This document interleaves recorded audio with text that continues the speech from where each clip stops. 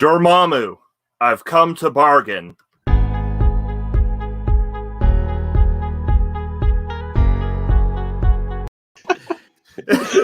God damn it, Ring. That's the perfect intro. That's the perfect intro. Yeah. I can't even be mad at you. Yeah. So, welcome to Media Musings, where this week we are Where this week we are discussing a movie about a person who goes to a magical school to learn sorcery and then defeats a Dark Lord by dying.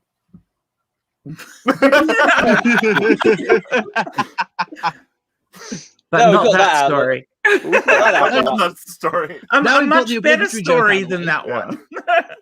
Better character development, I think. Yeah. Significantly better character development. Yeah. And a significantly more stable magic system. Yeah. Yes, Somehow. and a better villain. Oh, way better villain. And Significantly more interesting villain. so, Yeah. Currently we have Doc Fearsome in the chat and Harmonica Man briefly popping in. Hi. Yes. We also have my friend Mia lurking. Hi, Mia. You can't hide that easily. And of course, hello to anyone else who's lurking in the chat and or watching in the future. So, Because we've come to bargain. so this week we are discussing my personal favorite MCU movie that I've seen so far, Doctor Strange. I think it's definitely in my top 3. Yeah.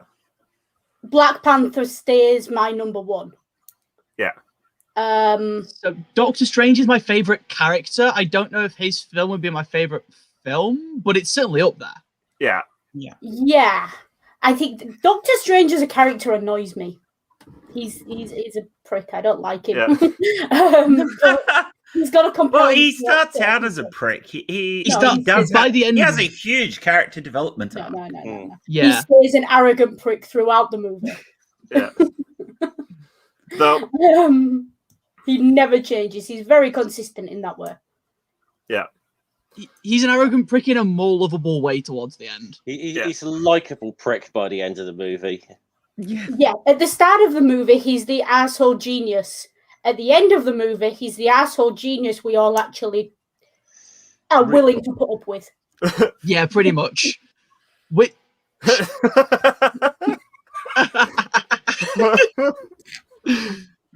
Yeah.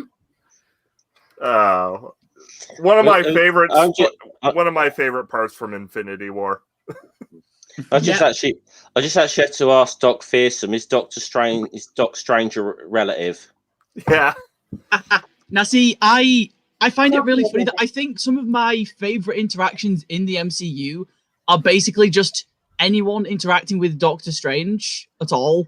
Yeah. Especially Tony Stark. Yeah. Yeah. You're embarrassing me in front of the wizards. So, part of why I really like Doctor Strange, aside from it just being a phenomenal thing to watch on screen, just because of the cinematography and the effects and just wow, is that narratively, Doctor Strange is one of the first movies to start doing really different things as opposed to the normal Marvel setup. Yeah, it's not a flat narrative, is it? It's not an A to B to end to next movie. And the cinematography is just and especially which we will get to. The climax of the movie isn't a big slap out, drag out fight that you'd expect from a superhero movie. No. in fact, it as befitting a movie about the Sorcerer Supreme, it has a lot more in common with stories about, sorcerers and wizards. Yeah. It requires the characters to think. Yeah. Yeah, it's a brains not brawn movie. Yeah. Because, I mean, we all love when Thor shows up and starts swinging his hammer around, but, you're not going to hand him a Sudoku puzzle if the world depends on it, are you? I think the thing is that Thor is genuinely a clever character. We just never see it. Yeah, but you don't get that impression of him because of the way the films are. Yeah. And that's kind of what I'm getting. Like, it's the stereotype that it fits is very different. Yeah. And it's how they solve puzzles. Most of the MCU characters go in guns blazing, and they don't really. There's not much by way of strategy or stopping and thinking about what they're doing before they go in. Yeah. I mean, arguably defined by the fact that everything he does is thought out. Yeah. To an extent. I mean, arguably, we did have another more, less punchy climax in a movie that we're going to actually be discussing next week. But but this is the one where where the climax the ending conflict doesn't really have any reciprocal violence. Yeah. So there are 3 ways to defeat a villain in fantasy narratives. Kill with kindness, or outsmart. And by kill with kindness, I mean, friendship is magic. Yeah. I thought you were thinking of Killing Me Softly with his song. So. Well, you can do that too, but that's not movies.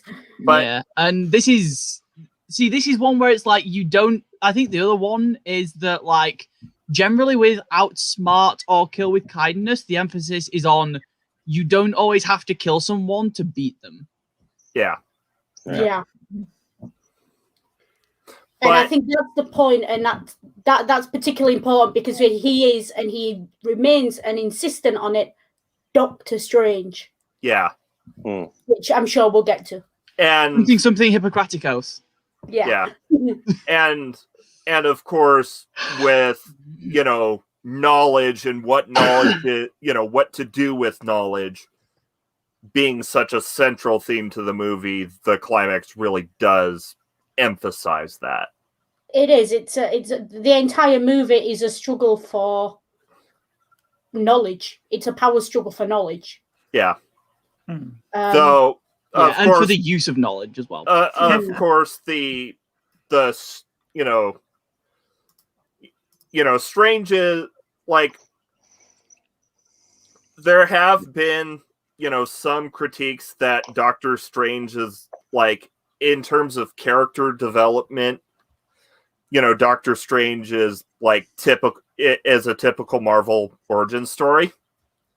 Though in some way, in a way, his character arc is going from wanting his hands back to realizing his hands are the friends he made along the way.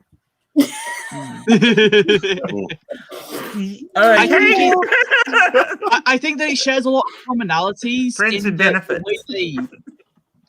The way they structured the film, I think, was very typical to their method of making films, but I think the narrative structure was different, and that's the important. The narrative structure is more like classic epic, isn't it?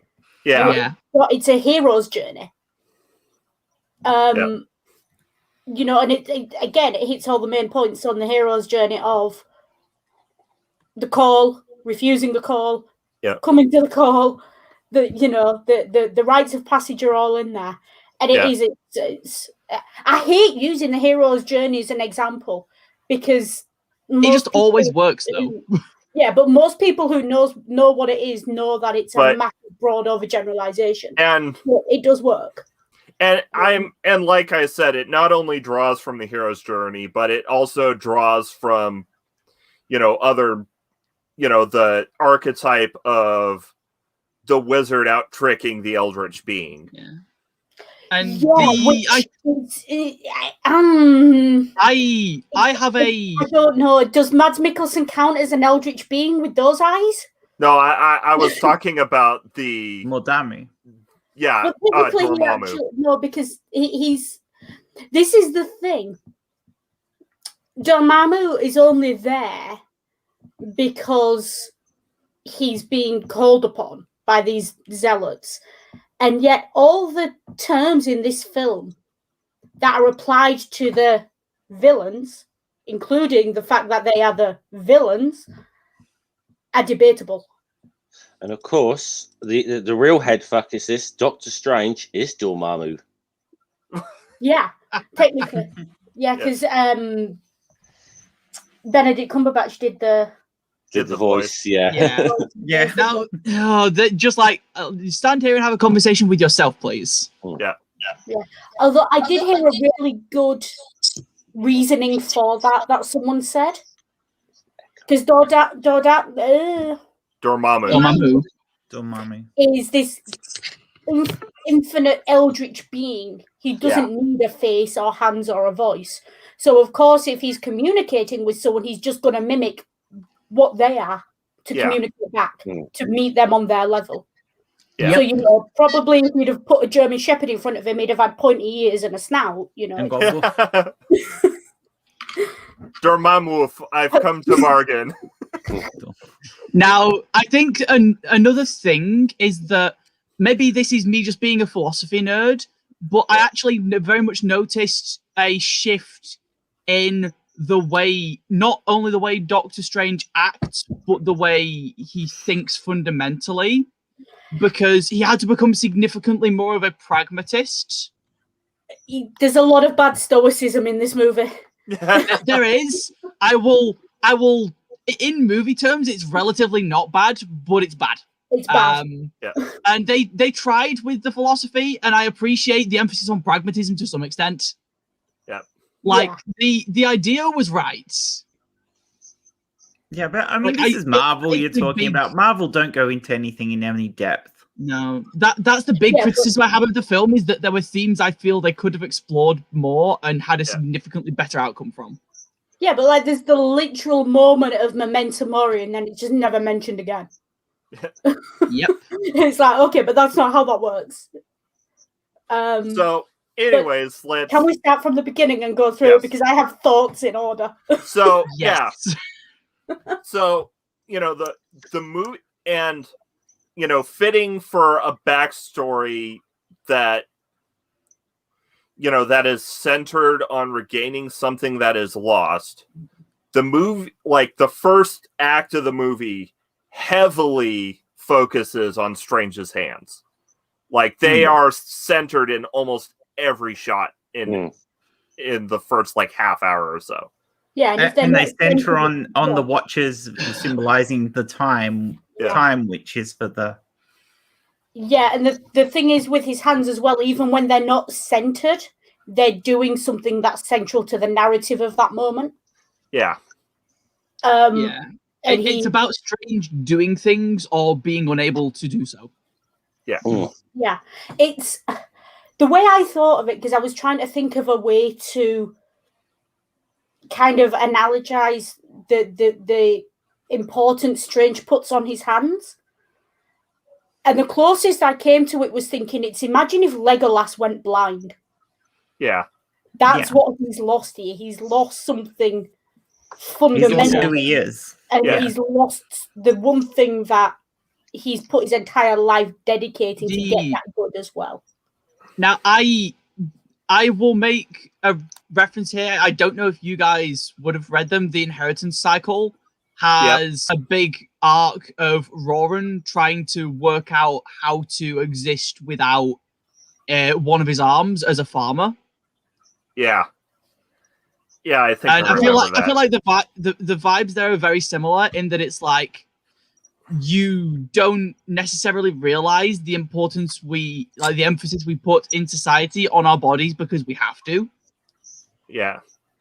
Because you don't tend to think of a person as their body, but their mind. And it's really interesting as well because this one goes through a system. I'm going to say it. I don't particularly like how the disability aspect of this is represented in this film. Because Strange is an arsehole and it's entirely his own fault. Yeah. Yep. Like, don't drink and text. Don't drive and text. Don't go speeding down roads at now, do you know 50 miles an hour in the night while looking at a screen in your dashboard. Do you know why that design choice was made for the film? Because there's actually a reason that design choice was made. That was not their first artistic choice. Go on. So the choice was made because they had already written it such that Strange had a specific car that they were going to get given for free by the company. But the company said that they weren't allowed to use the car unless the crashing of the car was the driver's fault. Yeah, but even still, it tracks with Strange's character. And I mean, I can see why. What car was it? Because I only got a short look at it. It looked like a Lambo or something. It doesn't fit with comic book characters, though. It was a Lamborghini, by the way. Because in the comic books, the accident isn't his fault. Yeah. So that changes the dynamic a lot of his development in the comics. I think is that this was not, or it should have done, is that this wasn't supposed to be his fault. This was supposed to be something that happened to him. Yeah, and I think that actually colours your reception of his response to it as well. Because in the movie, when it's his fault, and the way he reacts and the way he's vicious to everyone around him, he comes across as a world-class prick. And he thinks he's better than everyone else and consequences don't apply to him. Yeah. If it hadn't have been his fault, you could have said, okay, that's a trauma response of, why me? Which is what it's meant to be. But because of the way I'm able to take it. Yeah, it's a hurricane. Yeah. I'm able to take it in context of that, knowing the comics, but that is a critique I have of the film, is that they let some of their design choices be made by what props they would have access to for free. Yeah. I mean, to be fair, putting Strange in a Lambo, great choice. Yeah. There were other ways to crash that car without making it his fault entirely. Or the car's fault. Easily had someone pull in front of him, a deer pull out in front of him, anything, and it wouldn't have been the car's fault. I think it definitely suited the sort of narrative of the film and the character in a way, the way we feel about it. Because at the beginning, this character is not likable. Stephen Strange is not likable. He is incredibly arrogant. The way he talks to colleagues and whatever, and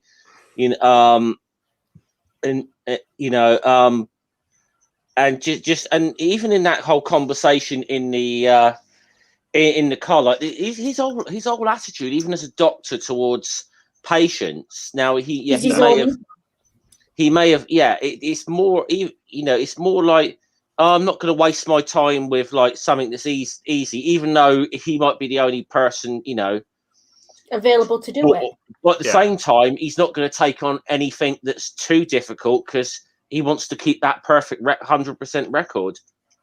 Yeah. Yeah, and he's totally self-centered. Yeah. And honestly, a little bit kind of, he's somewhere between Dr. House and and I appreciate the irony of the name that's about to come out of my mouth, but he's somewhere between Dr. House and Hannibal Lecter. With his attitude in that conversation. I can sort of see that, I think that I think what the film was supposed to explore was him realizing that he's been a prick to some extent, but because I think at the end of the film he's supposed to not be a dick, but all of his actions are still filtered through what he'd previously done. And I'm of the opinion that Doctor Strange is one of Marvel's movies that would frankly have been better as a show. Yeah.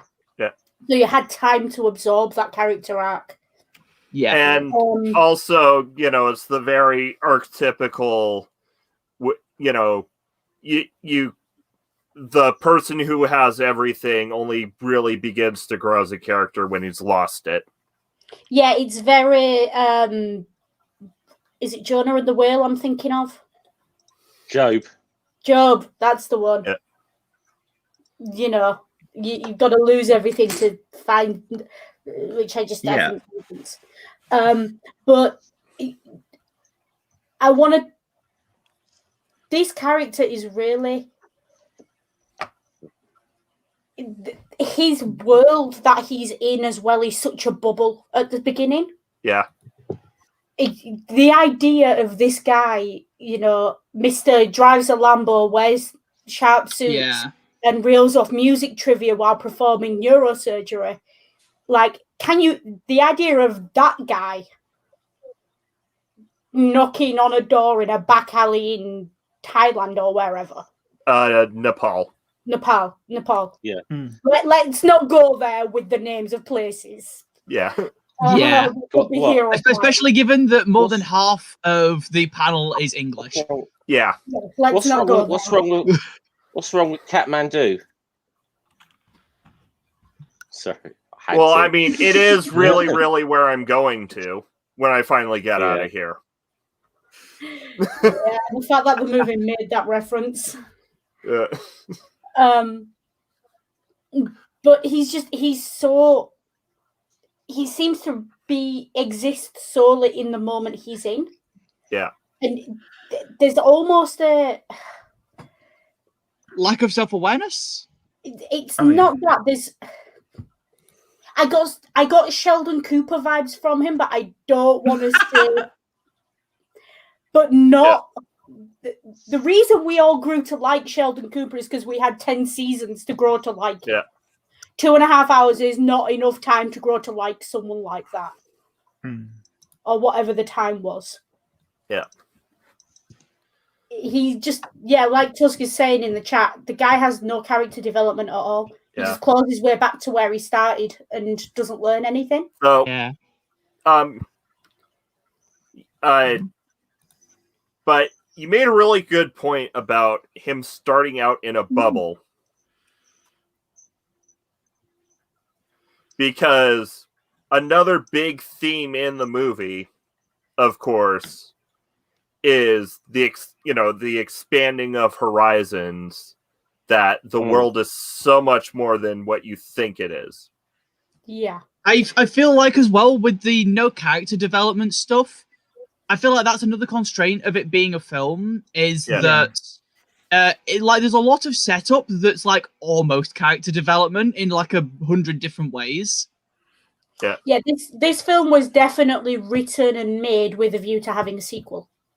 Yeah. To be fair, a certain other wizard across 7 movies hardly had any character development as well. Yes, but that wizard was a teenager.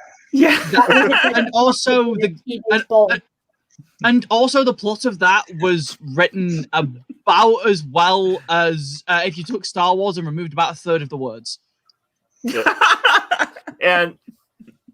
and also, to be fair, the character of Doctor Strange does get further development in his subsequent appearances. Yeah. Because he does. As a character now in the MCU. For me, please, Ray. What? Say that word again for me, please, Ring. His what appearances? Subsequent. I wasn't going to pick him up on that. Yeah. Is that how Americans say that word? Is that another one I've got to learn? Oh dear. Subsequence. That sounds really good. That sounds like a night at a drag bar, doesn't it? Subsequence. There's a lot of things it sounds like. Anyways, so anyway, they thought this is Noodle word police. Yeah.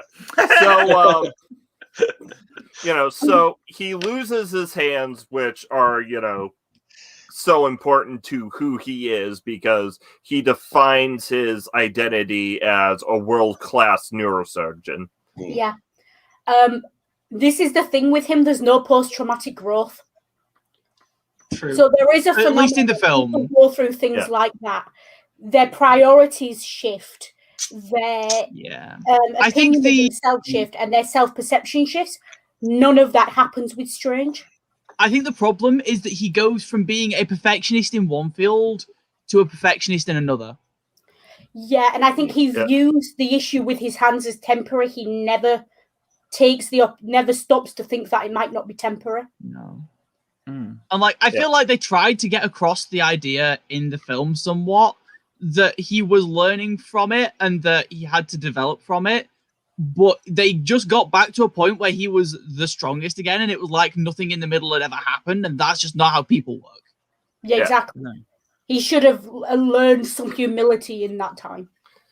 At least, should have learned about where his priorities really were.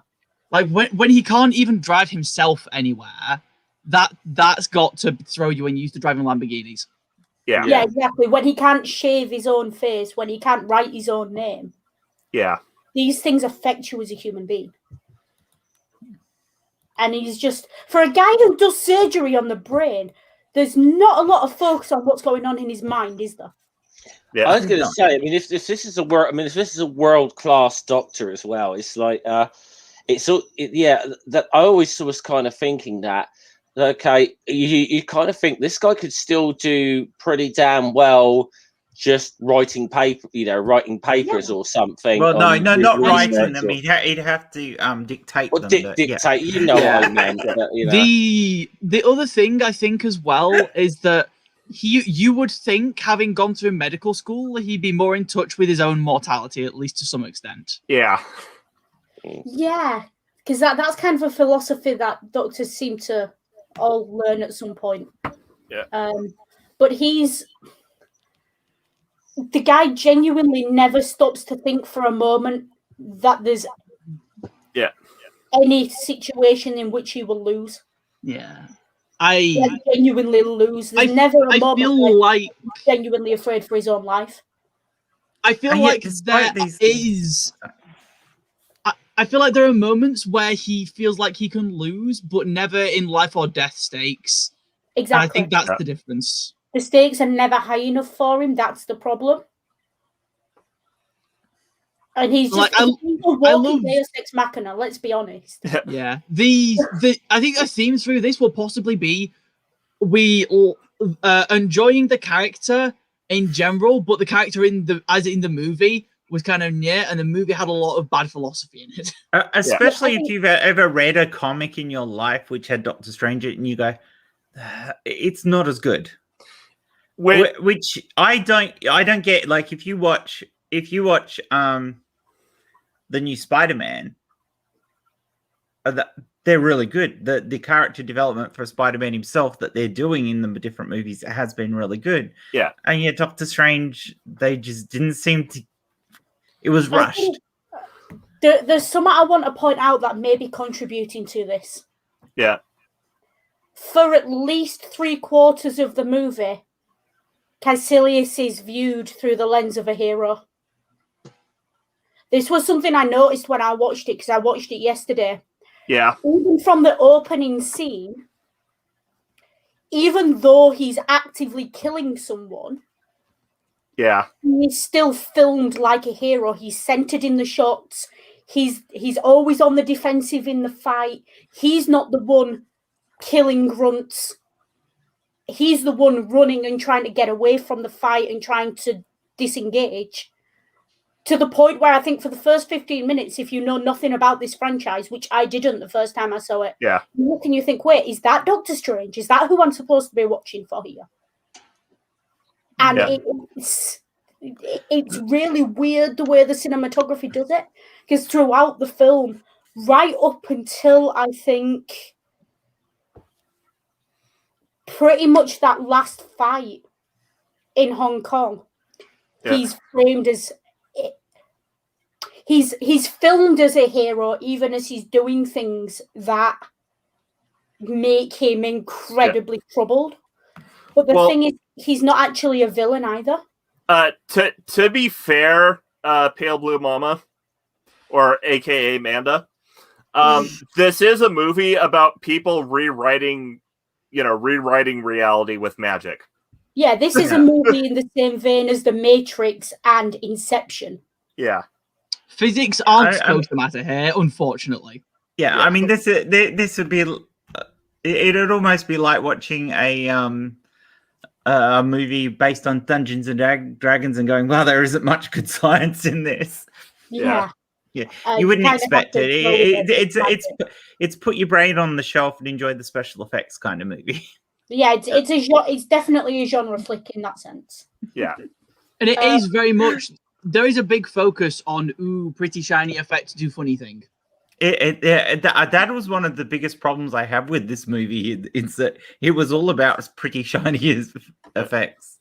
I mean, I still like the movie, but but I think if they'd have spent a bit more money on writers who could develop a character rather than on the pretty colours, I'd have taken that trade-off in a heartbeat. But yeah, also though, I will make an interesting point about how they used the effects to tell the story, particularly in the fight in the mirror dimension, or where Doctor Strange tries to trap Caecilius in the mirror dimension. Yeah.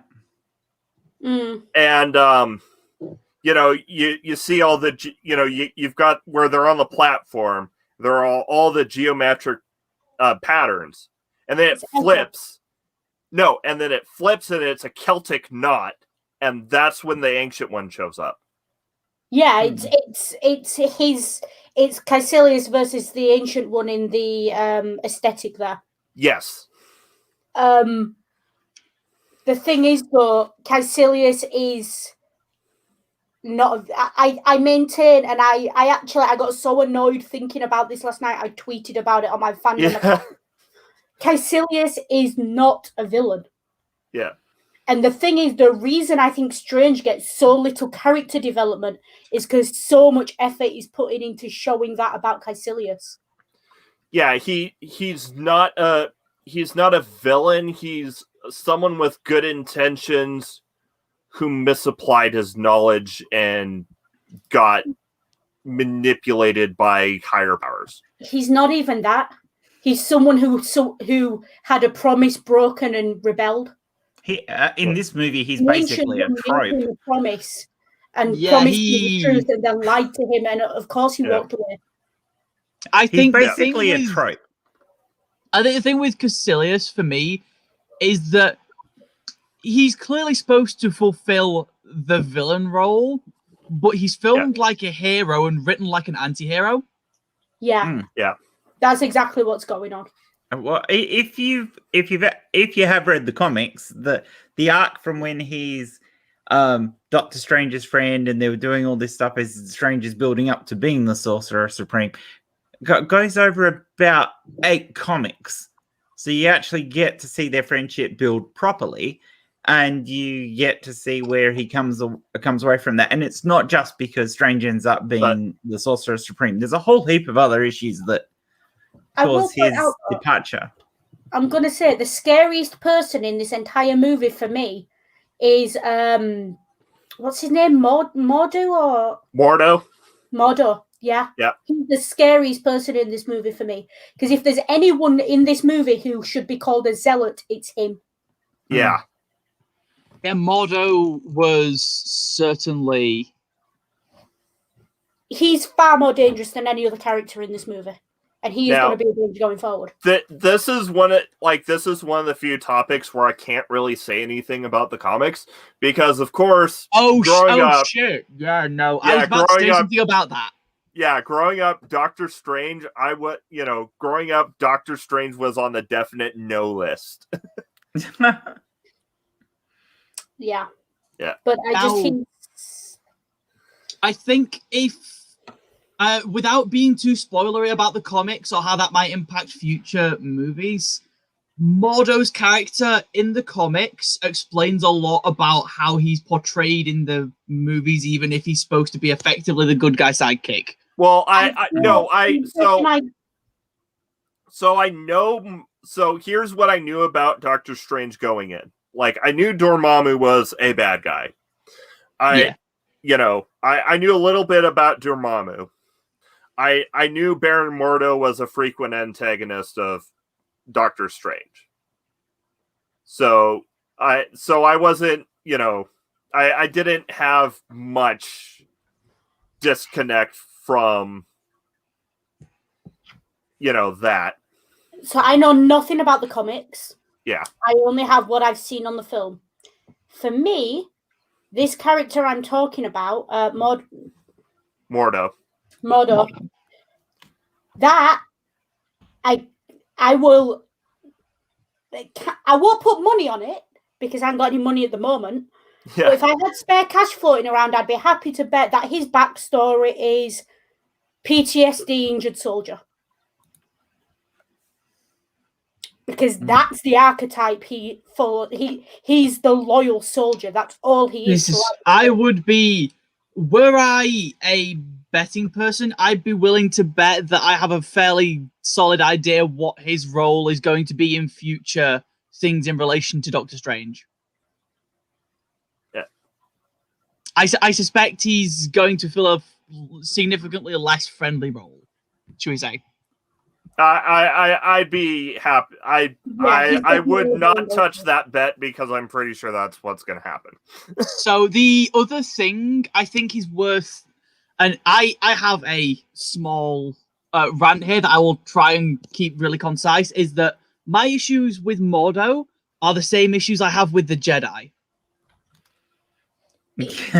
No flexibility. Not only no flexibility, but a focus on certain ideals to the exclusion of those ideals actually being realized, such that it's basically a toxic positivity sort of situation. Yeah. I'm going to call back to last week. You know how last week when we were talking about the soldier who said she was loyal to the throne, not to the person on it? Yeah. But we said there was a line with that and her country came first. Yeah. The problem is Mordo is loyal to the person on the throne and nothing else. So when the Ancient One turns out to be not kosher, it breaks him. Yeah. Yes. Okay, so I started something in the chat. Jeff, you ruined the chat. You broke it.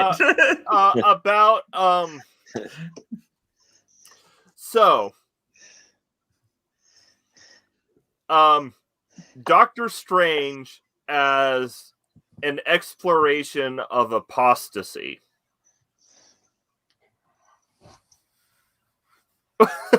Ooh, there's a fun one. I feel like they try to. This is a theme I think they pretend they touch. Yeah. Okay. I think this is a. Go on, sorry, Noodle. Sorry, yeah, I have thoughts, so I'm going to let you all throw yours into the pot while mine bubble away and cook. Yeah. So my thoughts are that this is basically a situation where they try and touch on a theme, but they don't touch on it enough. And if I were a betting person, my bets would be purely and simply on that the producers have a limit to how far off standard they can go, and exploring that theme would have forced them to go so far off standard that it would have made the film significantly less money raking. Yeah. Like, a lot of my complaints with this film are due to restrictions on the creative capacities that the directors had. And format restrictions. Yeah. And of time constraints. And of course, you can't do too much about critiquing religion when you're making a movie for Americans. Yeah. Or about magic. Well, I mean, if anything, you could say that you look at Doctor Strange's obviously arc. It's a if anything, it's a bit of a dig at sort of, should we say, skepticism and atheism, kind of in a way, in his journey, because he first sort of hears about the, hears about like the Ancient One and all this. Of course, he's like, this what you seriously, this is just nonsense, this is just blooming nonsense, like New Age nonsense kind of thing. Yeah. But it's more the fact that he is. But it's more the fact that he's willing to try it because he is that desperate to try and do something like his hands, it's the Lincoln quote, isn't it? It's the famous Lincoln quote. Christians like, when I had nowhere else to go, I went to my knees. Yeah. I have a question for you though, Noodle. When you're done, public sphere, please. Yeah. It's the no atheist in a foxhole argument, isn't it? Yep. Which is just. I hate that really argument. annoying. I really do. Yeah. Now, I realized I didn't really explain my opinion on it there particularly well. And my opinion is that the reason that the cultists were not portrayed as villainous as they were, I think in part, is to show that it can be reasonable. But then that left you without a villain. But it didn't really work when they tried to do it. It's just the impression I got. The thing is with the cultists is they kind of. It's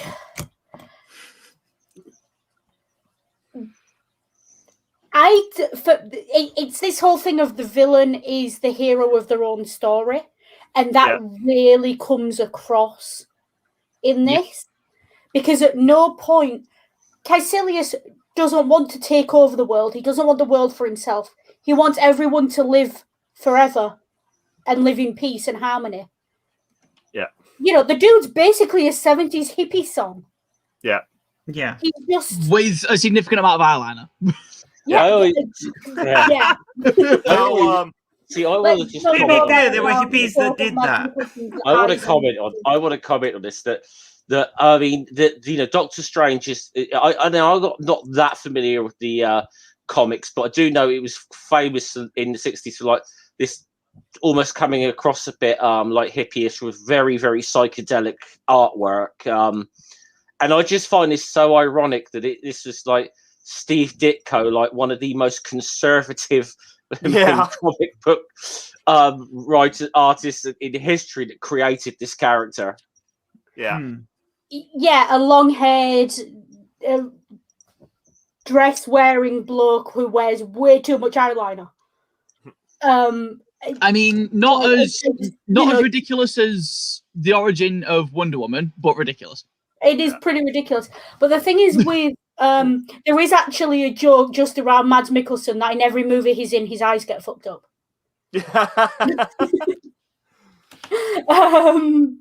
So it's always a thing. And if you notice, if his eye ever gets fucked in a movie and you see it, it's always his... which one is it? I want to say it's his right eye. If you see him in Casino Royale, because he's actually going to get typecast as a Bond villain forever. But the thing is, he already has. Let's be honest. He did that the minute he took on Hannibal. I feel like he's done the same thing Jeremy Irons has done. Yeah. Yeah. But hey, it worked. It works. Yeah. But basically, in Doctor Strange as an apostasy tale, you have Caecilius and Mordo, who realize that the leader of their religious organization is doing shady shit. They can't handle it and then leave and snap in two different cases. And then you have Strange, who just kind of rolls with it, which is kind of So are you suggesting that all Caecilius wanted to do was get to a wooden door to hammer up his demands? Yeah. So I've got a question for you. You mentioned the hero story before, and I can see the parallels there in Doctor Strange, but I'm not sure you can actually call Doctor Strange a hero. No, I'm not either, but he does hit most of the hero's story. He does. I don't like using it. He does, but I don't think he is a hero. I mean, yes, he goes seeking for this, and he finds a different path for himself. But the path he takes on is one of defending against these dark forces anyway. I mean, in that sense, he's doing his job. Yeah. I think the thing is that there are. I wouldn't necessarily call anyone in that film the clear hero or the clear villain. Though I will refer to the ancient one as the clear dumbass here. Yeah.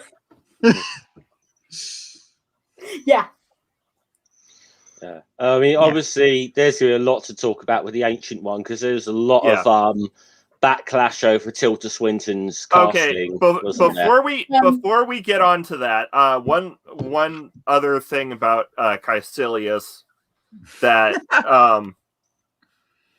that really so he, Caecilius is misled because after all, the warnings come after the spells. Yeah.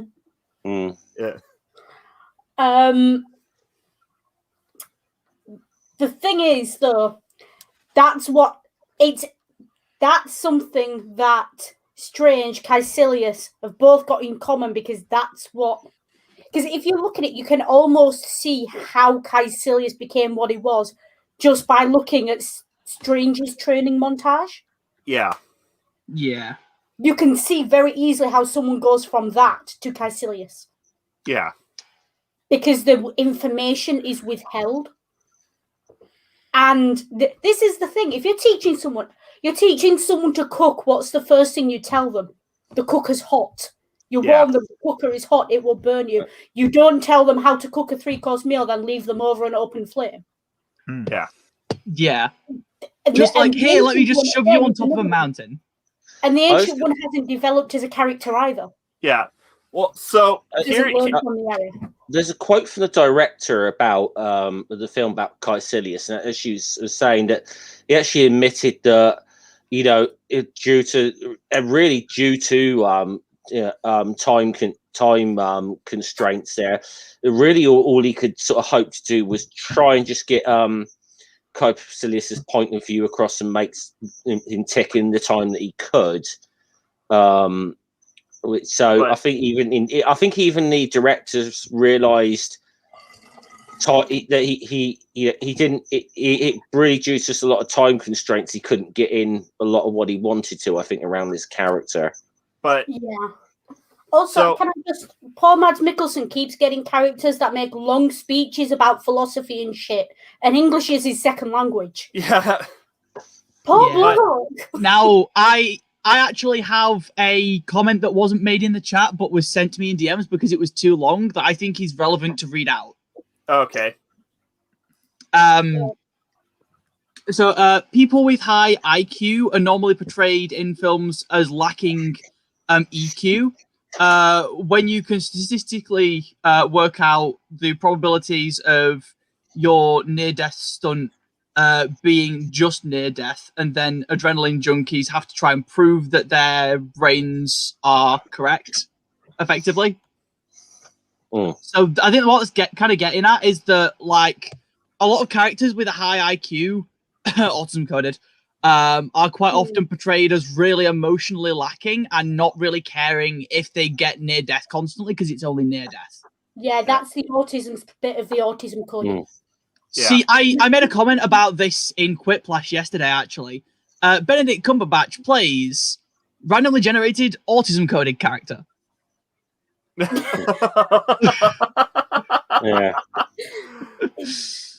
Yeah. I mean, let's be honest. I mean, even Cumberbatch himself said about this that, there was definitely. He said having he could make comparisons to his portrayal as Doctor Strange. It is with his portrayal of Sherlock Holmes. Yeah, it actually annoys me because it's like he's another one who's been typecast, and I've never really seen enough of his range to know if he has any. Yeah. Fair. I don't know if you know this about Benedict. I don't know if you know this about Benedict Cumberbatch, though, that he actually did spend a gap year teaching English at a Tibetan monastery. So I'm sure it looks like he's had some stuff to draw on for this. So transitioning from, Caecilius and Mordo, who, in a movie about the importance of knowledge, arguably don't have enough knowledge. Let's go ahead and move on to the Ancient One, portrayed by Tilda Swinton, who arguably has too much knowledge. Okay, can I just... Tilda Swinton is an international treasure, don't at me. Yes. But the race issue. Okay, yeah. I just, yeah. So, yeah, we have to address this. Yeah. There is no way in hell a Nepalese folk ancient character, like, if that ancient person really looked like that, they would live in America or England or France or somewhere. They wouldn't live in friggin' Nepal. Yeah, where they would stick out like a sore thumb. The thing is that in the comics, the Ancient One is a person of color. Yeah. So so here's the thing. And then that fuckery line in this movie of, oh, she's Celtic. Yeah. That doesn't make it any better. And do you think, as well... And also Celtic... With how old she's supposed to be, she should be a black person if she's Celtic. Yeah. Yeah. But do you also feel, though, as well, that it's almost as if that as well that because you get a feeling they were or at least Tilda Swinton may have been a bit conscious of this because she actually chose to play. That was her choice to sort of play the character a bit more androgynous. Do you always feel this? That there's like almost an attempt to overcompensate that they knew about the fact that they were whitewashing going into this. I don't know. I'm sure somebody did. Androgyny and things like that used as shorthand in movies for being a mystical character is a whole other can of worms. Yeah. So here's the thing. So in the comics, the Ancient One is a Tibetan mystic. Yeah. So arguably, the problem I had, yes, I enjoyed Tilda Swinton in the role, but the main problem I have with the issue is that Tilda Swinton was probably cast as the Ancient One so that the film would actually be able to be shown in China. Yeah. Yeah, they had to remove the Tibetan bit to it. Yeah, which is why the monastery was moved to Nepal instead of Tibet. Granted, I would believe that would be the case. You could have still had someone, a Nepalese actor in there. Yeah. Is Nepalese the right word for someone from Nepal? Yeah, I think. Yeah, that sounds right. It sounds right. Yeah, that is correct. You could have had someone who at least, even if you couldn't have had a Nepalese person, you could have had a Chinese character, a Vietnamese character, a Cambodian character. Yeah. A Chinese character would have been ideal for them for where they wanted to be able to market it. Yeah. Yeah. South Asia, Southeast Asia. I'm sure there are lots of excellent actors out there. Yeah. And to me, I wrote something down and I was quite annoyed by it. But my problem is in this story, he's Mr. Rich, white, privileged white guy. Yeah. And what could he possibly have to learn from anyone who's not also white is the message that comes under this. And I feel like he outgrows Mordo. He outgrows. I was about to say Mordo. He sort of ignores for most of it. Yeah. He outgrows Wong. Like he doesn't act. He even as a trainee, he's outsmarting Wong by stealing the books. Yeah. So there's no character that is not, and this film's just very white, especially for one that's based mostly in Hong Kong and friggin'. It's just very white. Yeah.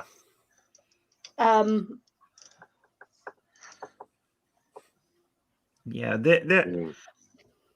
there's been other cases in films where they've chosen to cast a character of a different race in a role where you can say, well, perhaps you're not whitewashing or you're not doing whatever to it. But in this particular case, it doesn't work within the character arc. Yeah. I'll just say to Tusk in the chat, actually, you said about like stories like Tintin in the way baddies were dark-skinned, swarthy types. Let's just say Noodle and I are fairly familiar with this. We cover Asterix on a weekly basis. We're familiar with this sort of shit. But it's that, isn't it, as well? And also, there's just no people of colour full stop in this film, like other than Wong and Modo.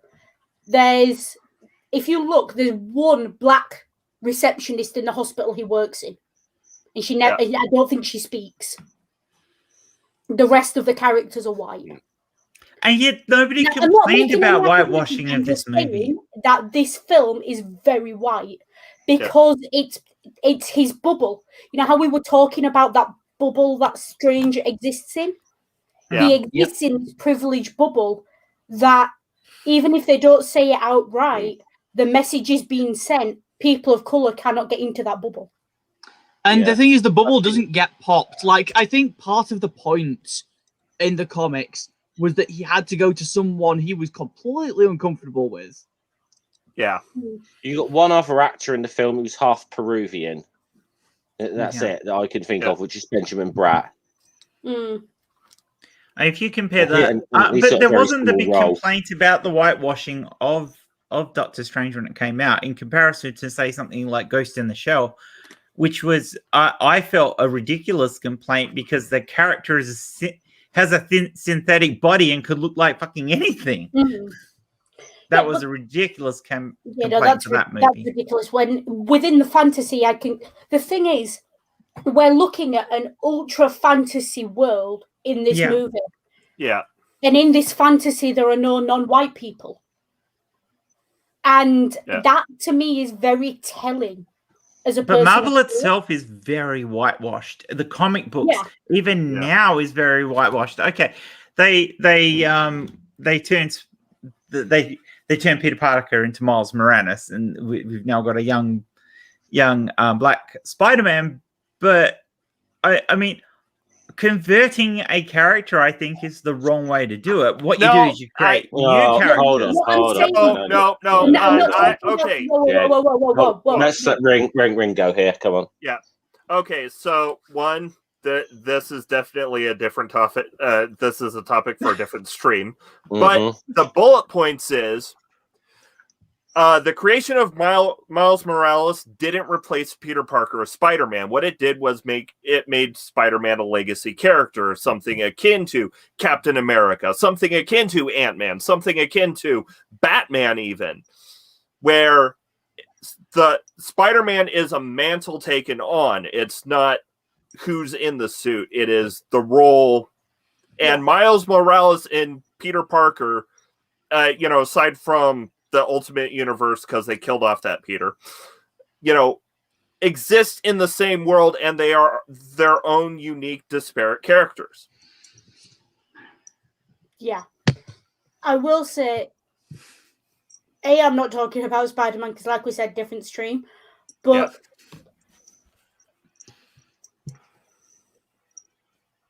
I think this is a relatively modern movie. Yeah. And what I'm getting at is,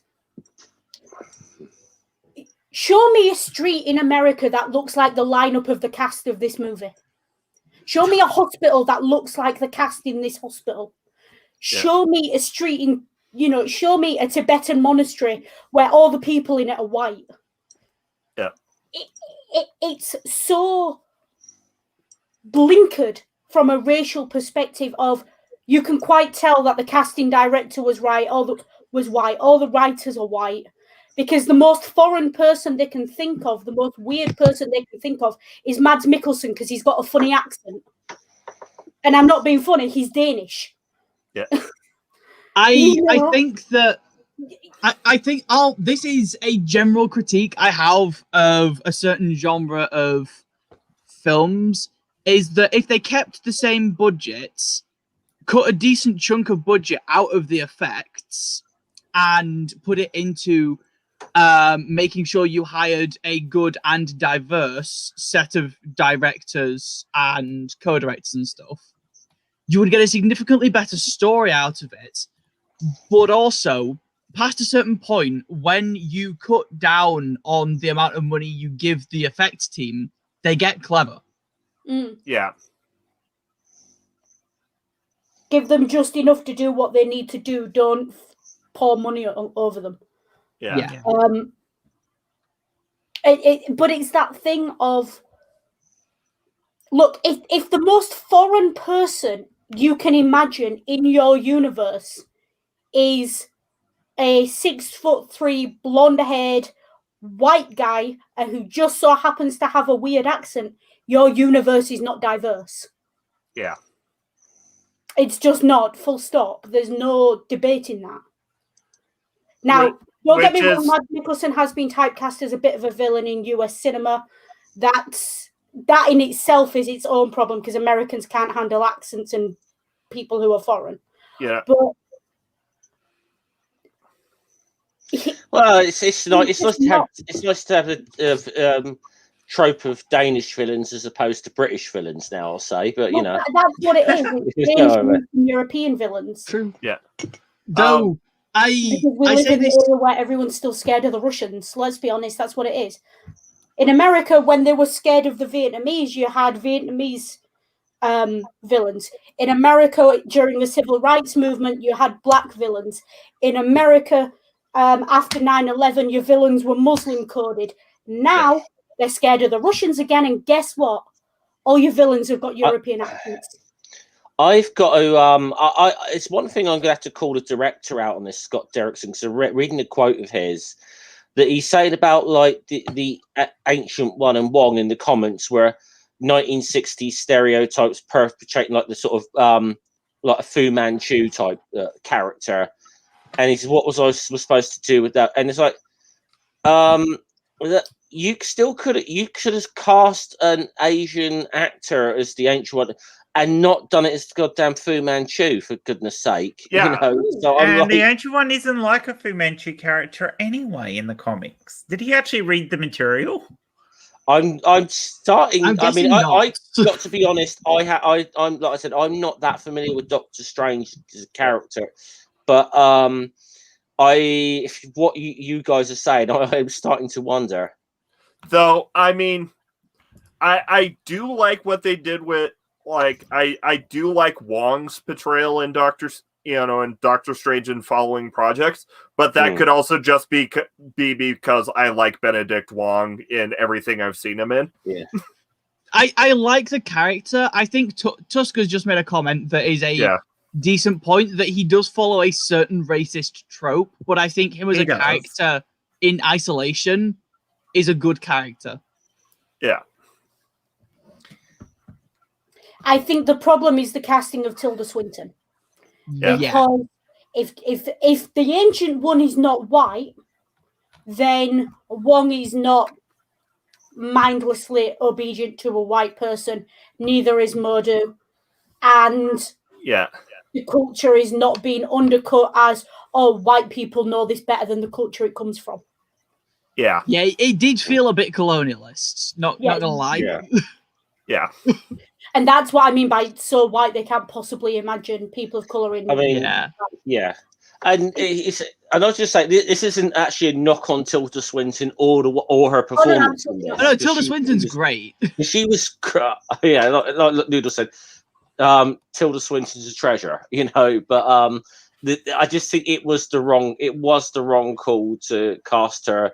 But I think I will say she did probably made very much the best out of that she could. I think so. It's to her credit. To her credit. And once Tilda Swinton was hired, Tilda Swinton was great in the role, but I don't think she should have been given the role. Yeah. Yeah, I think that's what we're getting at here. Now, but I said, the Ancient One had too much knowledge, and this is what I mean. Spoilers for Avengers Endgame. So, in Avengers Endgame, when they're having the time heist to get the Infinity Stones back, so they can undo what Thanos did. There's a scene where the Hulk and the Ancient One have a talk on the roof of the New York Sanctum. And Hulk mentions that Strange gave up the Time Stone. And of course, this happening before the events of Doctor Strange, because it's happening around the end of the Avengers. Yeah. Kind of does color the Ancient One's attitude towards Doctor Strange in the beginning of the movie. Yeah. Yeah, I feel like it's kind of weird because in the Doctor Strange movie, she initially refuses to train him, and it's like, and so there's always this kind of weird thing of but now you see Endgame, you're like, but you why did you refuse? You knew you were going to train this guy. You knew who this guy was. Can I just? She's not refusing to train him. It's a test. I know it's a test, but it's a test, and the thing is, it's a very poor test. Yeah. It is. And it added very little to the plot because all it did was drag out this man's desperation and make misery porn of it for 3 minutes on screen. Yeah. I think there were other ways to test him. I think what should have been done was some sort of conversation as why do you want to be trained? What is the final point to you? And then that would have set everyone's expectations, and the poor bloke wouldn't have been expected to join the Avengers. When quite clearly all he wanted to do was go back and carry on being a surgeon and drive his Lambos. So, speaking of the Avengers, this is another thing I like about Doctor Strange that it did first. Is that Doctor Strange was one of the first Marvel movies, or the first post-Avengers Marvel movies, to answer the why don't you just call the Avengers problem. Yeah. Yeah, where, with the line Wong gives about the Avengers focus on physical threats while we defend Earth from the mystical, i.e., we're not technically in the same league. That holds out until you gesture vaguely at Loki. Yeah. yeah. Which is what makes the end credit scene so fun. Yeah. Yeah. See, I still really like the bit with Strange in Ragnarok. Yeah. I think that shows a very tempered version of him as well that would suggest that he has been going to be developed elsewhere. Yeah. Which, in terms of the character, I like, though that is an aside from the movie. Yeah, and that's the thing is, since Doctor Strange has been such a central part to the MCU, after the movie, it's difficult to talk about the movie in a vacuum. You look like I have something to say there, Noodle. I was just thinking about, because we were talking about the Strange's bubble, there was something else as well. Did anyone notice certain callbacks to Western art and culture in this movie? We've mentioned Escher. Yeah. There's the callback to Telltale Heart. Yeah.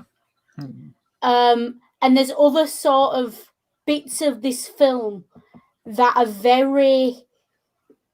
they're designed to tap into a particular audience's cultural understanding, and that is a very American, very white European.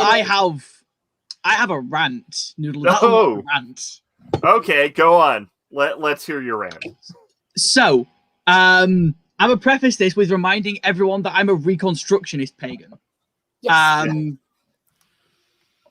All of the idea behind it was going to someone to learn about effectively almost Eastern mysticism and philosophy to better understand yourself. The problem is that the entire understanding of Eastern mysticism presented in the film is a completely warped and tortured version of it that gets sold to white teenagers because they don't know any better. Yeah. And the thing here is that when this is done, and the reason I mentioned being reconstructionist is that I am very aware of taking things out of their cultural contexts. And even the mention of chakras are a method of prayer. Yeah, even the mention of chakras, I was like, red fucking flag. And there's so much of it that is basically going to it feels, instead of like going to someone to learn about Eastern philosophy, going to a white man to learn what he thinks Eastern philosophy is. And that white man has only ever looked at frigging blogs 3 pages in on the Google search.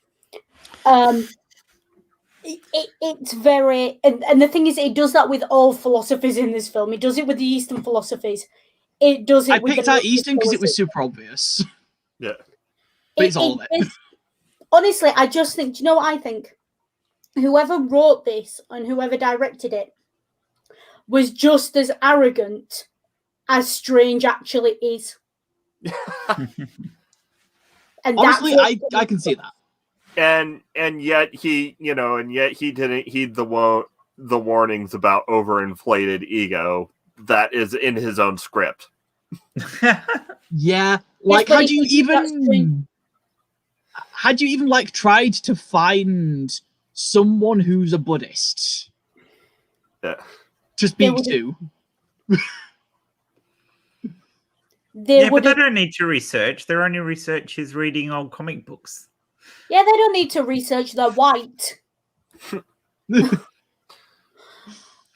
if they get it wrong, they just say this is a different universe. It's not our world. Exactly. And they'd throw it off. And even you would have thought to an extent, I didn't know about Benedict Cumberbatch teaching in a gap year. You would have thought he would have looked at it and gone, hang on. Yeah. It's just... And I think that's why it pisses me off that this film is so white, because it's almost like they deliberately set themselves up not to have anyone to tell them to, bang their heads together. And I just... which is ironic because, like, the next... Like, this came out only a year, like, just under a year and a half before Black Panther did. Yeah. Dawn, you're going to colour my opinion of Black Panther as being an apology for this film, and I don't want that to happen. Okay. So I have opinions on Black Panther, and I would be interested at some point, Noodle, to see if you agree with them. Go watch last week's stream so you see all my opinions of them, then DM me. Yeah. Oh shit, was that last week? Yeah, that was. Oh, I didn't realize I missed it. Oops. Yeah. But okay, so there are a couple of scenes that I particularly want to talk about. So one, the ancient one's death scene where they're astrally, projecting with the lightning. Do we have to? Oh dear. That was the most irritating intellectual circle jerk I've ever had. Having to okay. And I went to university. Okay, so I'm going to give the main bullet points of what what the scene contributes to the work as a whole. The mention that Mordo needs your flexibility, you need his strength. Like, which it's kind of too late because Mordo's already been broken by this point. You know, his inflexibility is already snapped under the strain. Yeah. Yeah.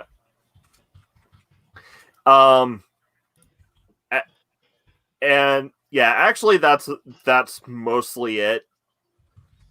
And then of course the one we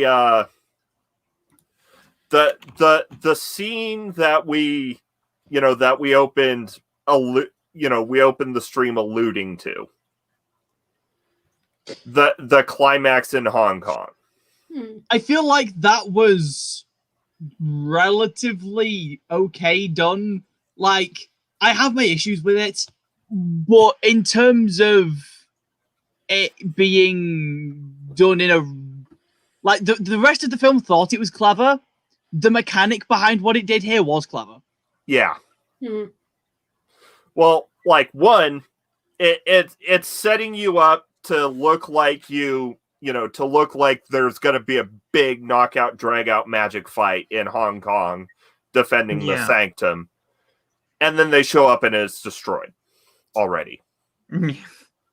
Which is, our first major trope subversion, especially in regards to the MCU up to this point. See, my whole thing with the MCU and the use of the time loops and time travel, I feel like. Yeah. It's the baby Hitler situation. It's like, so why didn't he just make Thanos 2 years old and then, like, in Endgame? Why was that not an option? Here is the other thing I have here, is that Dormammu is a moron. Yeah.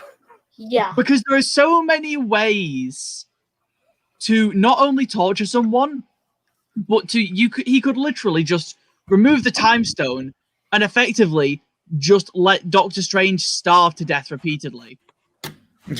How many times would you want to live through that before you finally said, screw it, eat what you like? Yeah.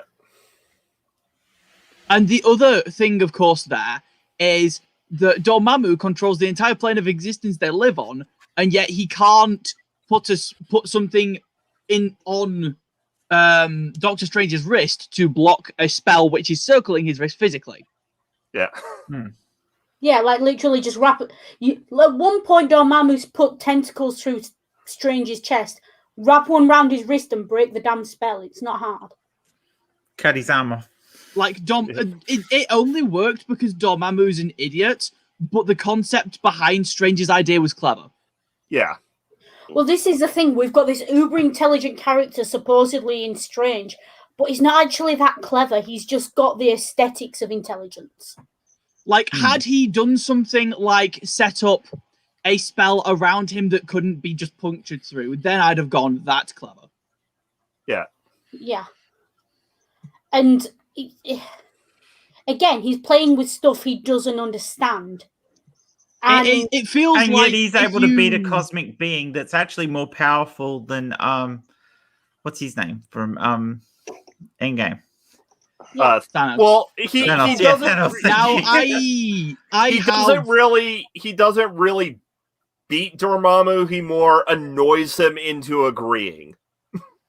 I think the thing for me is that Doctor Strange, the movie, not the character, feels very much to me like an episode of there's a YouTube channel I watch called Terrible Writing Advice. Yeah. It feels like an episode of that in certain places. The real problem comes down with Doctor Strange is Doctor Strange wasn't written in a vacuum. It was written for a reason. That reason was to lead into Infinity War. Yeah. Yeah. And also, I will add every decision they made in the movie was based on the fact that we're going to do Infinity War. Because, I mean, the amulet doesn't contain a time stone in the fucking in the comics. And it's the amulet's got more functions than just controlling time. Well, yeah, it is not all powerful either. Oh yeah, the amulet's a fancy fucker in the comics, but it's better written as well. That is kind of the issue with Phase 3 is gearing everything to lead up to Infinity War. Yeah, the amulet's a MacGuffin. Yeah, and which ruins the amulet, which is a very important part of the Doctor Strange mythos in the comic books, and now it's gone. I think my big problem with the Time Stone is that if Doctor Strange looked through as many universes as possible and only saw one conclusion where they won, he's not super creative. Because what about the instance of time where you just replay Thanos through time repeatedly until his hand basically just quantum tunnels off by accident? Yeah. Which is going to happen eventually. Because multiverse. And it's the whole thing with Tilda Swinton's character saying, oh, she never sees beyond this point. Yeah. And all that means is you haven't bothered looking. Yeah. There are ways around it. Definitely could. There are 3 surgeons around your body. Just go back to it and lay back down. And she had the Time Stone, so she was completely in control of what was happening. So exactly. Go figure. So Sorry, Sam. I feel like it very much feeds a white savior complex. And anyway, I don't see why they had so much problems with dealing with Thanos anyway. I mean, Doctor Strange can make little portals that he puts things in. Why didn't you just put a portal around fucking Thanos' wrist and send the fucking glove off into another dimension? It's done. Something Ant-Man up the arse. Though, I mean, we are talking about Infinity War or Endgame, though. but it's still Doctor Strange. It's still the same should we save that for when we do another Marvel month later? The thing is with Infinity War and Endgame, Strange survived this movie because of plot armor. Yes. Yeah. And the plot armor is the only reason he was the hero, and is the only reason he survived, and is frankly the only reason there is no story without the plot armor. So when that is stripped away from him because his plot is not central to Infinity War and Endgame, he's kind of meh. Because he's just a bloke with a fancy ring. And frankly, if I wanted that, I'd go hire a dude out of the Shire. I think the thing is that he basically just turns into Magic Tony Stark past a certain point. He does. Yeah, he really does. Yeah. But and Tony Stark does Tony better. Yeah, Tony is a better character. And Tony has had enormous character development. Yeah. Granted, he had more movies to do it, but even in the first movie, even in the original Iron Man movie, the development of Tony Stark's character was enormous. He's just more likable as a character. His hero story was a real hero story. Yeah. It should have been doable to... I feel like Doctor Strange tried to do like 20 things poorly. And the thing is, I think had they tried to just do the whole breaking down his character and having him learn from a completely different perspective and have his perspective entirely altered, had they just focused on those 2 or 3 themes, it could have been fantastic. The comics were insane. I honestly think Marvel should now concentrate, now that they're doing all these Disney series, do all your character introductions on Disney Plus. Have movies with these characters once you've developed them, but develop them in a TV series. Give us 6 episodes of development so we can get to know the character and do it properly. Well, this was the thing. I heard Caecilius was supposed to appear in WandaVision. I have not seen any of WandaVision yet. WandaVision, so don't remember him in WandaVision. No, he wasn't in WandaVision, but he was supposed to be. But there were like scheduling issues and stuff. Yeah. Oh. And it's like, okay, but really, I'm kind of... The more I see of the Marvel Cinematic Universe, and I haven't seen all of it, because Ringer's not made me sit through all of it,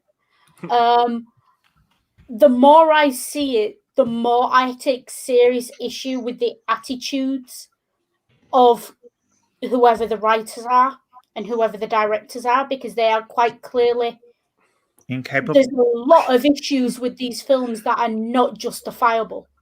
Yeah. And no, I agree. I want this one I want to talk about. Why does Marvel hate people who are traumatized? Marvel hates people who are traumatized because that brings in money. Marvel hates people who are traumatized and people who think for themselves and people who don't deal well with hypocrites. Now, as someone who ticks all three of those boxes, I kind of feel, a little bit like they're coming from here. They did it with WandaVision. They've done it with Caecilius in this. They did it in. They did it with Tony Stark. I hear they did it with Falcon and the Winter Soldier, but I've not seen that yet. They did it with Thor. They did it with Loki to an extent. So we can talk a lot about how Marvel influences the culture around us, but the thing is that they influence it by playing into existing culture so heavily, and that's why they're so big, that anyone part of any minority group is going to be a bit with it, and when you get past maybe two minority groups, like me and you, Noodle, we're just going to start looking at it and going, excuse me, nanny the fuck. And I love the MCU as a world. The writing, burn it with fire. Okay, yeah. Well, not all of it, though. MCU is now the second channel punching bag then. Because that's my exact problem with the channel punching bag. I love the world. I can't stand the characters or the plots. Yeah. The characters are okay and the plots are horrendous. See, I actually do really like... Go on, Sam. Go on, sorry. I was going to say, having said that, I wouldn't tar all of the Marvel Universe with the same brush, because there's other movies within the universe that don't have those same problems. Iron Man is one of them. I think Iron Man was brilliantly done. I think I think that is a generalization, and I would maybe put out there that some of the directors were less problematic, but I do still take issue with Iron Man to some extent. I like having seen Iron Man 3. I get where Noodle's Iron Man 3 was shit. Yeah. No, seriously, a big chunk of Iron Man 3 is torturing Tony Stark for being traumatized.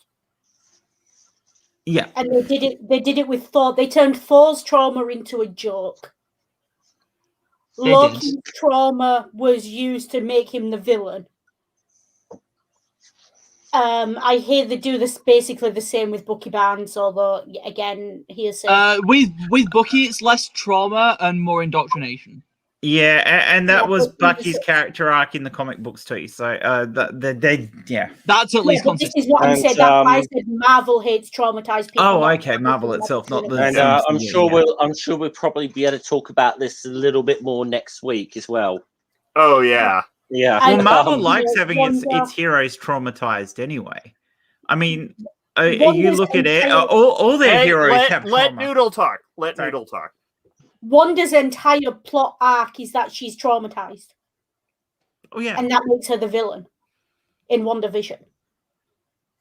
And I just, especially in the last 10 years when these movies have been a thing, and the way the world has been for the last 10 years, demonizing people with trauma, which is actively what these films and shows are doing to in some circumstances. Not all, but some,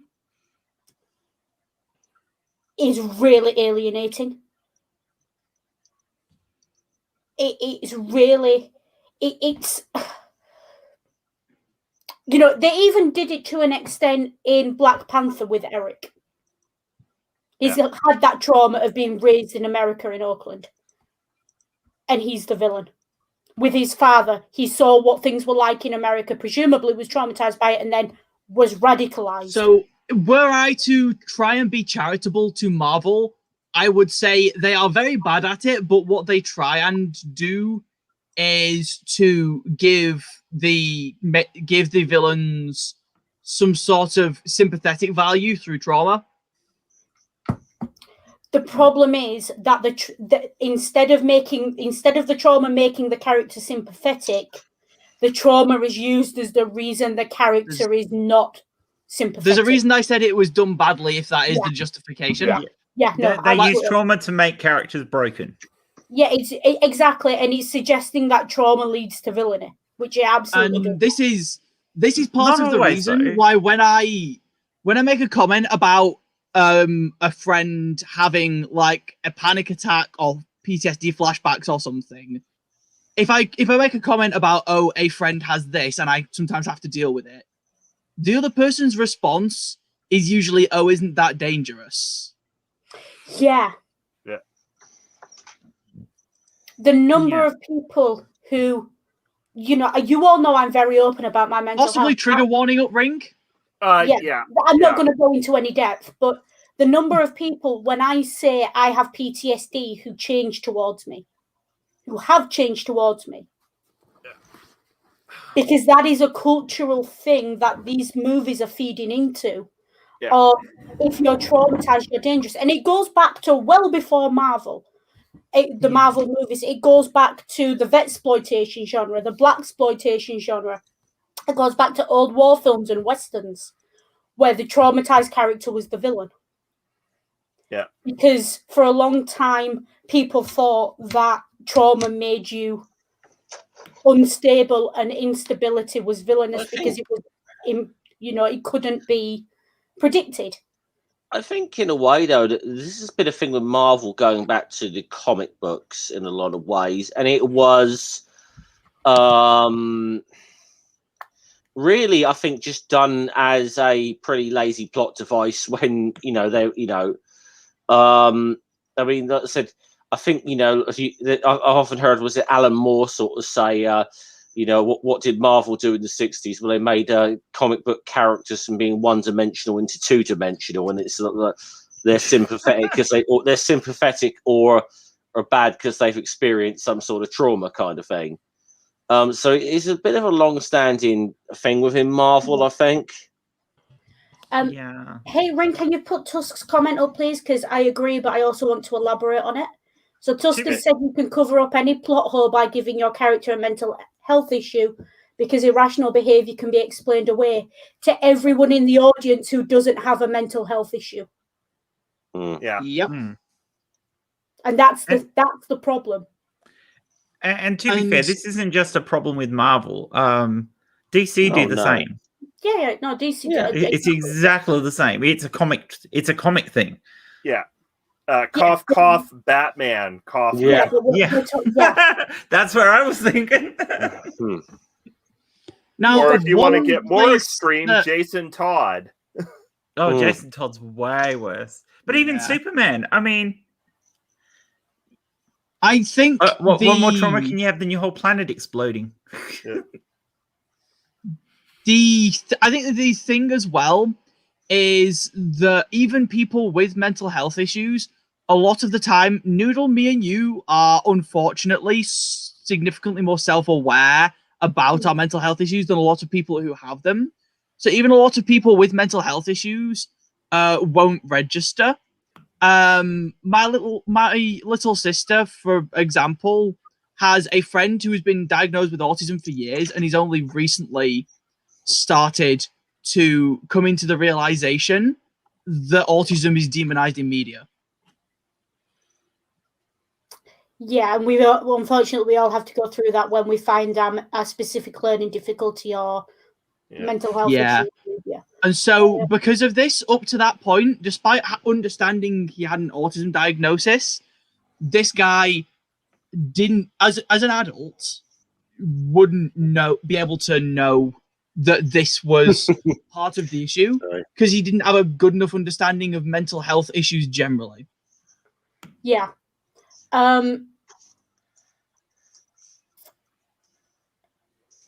The problem is that if you're going to modernize these stories, which is what the MCU was doing, because it never claimed to be 100% loyal to the source books, and it did modernize a lot. It did a lot with Black Panther. It did a lot with Iron Man.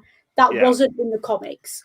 Well, heck, you cannot use the excuse of, but this is what the comics were like when you get criticism. Yeah. No, I agree. And that's the thing is, you said, Scummer, I think it was you who just said, or it might have been Sam. You said something, and I thought that could be a byline for this entire stream of just. I can't remember what you said because my dyslexia is playing silly with me today. Well, I think the thing I just said was the last thing I sort of said was about just this is a common thing been a common thing with Marvel going back to like the 60s of the comics of the way as a plot device. I think that was kind of the last thing I said. Sam then. And it wasn't the last thing you said, it might have been the thing before that. So it just struck me as you said it. And it was basically a case of, because you were talking about bad writing advice. Terrible writing advice, yeah. Yeah.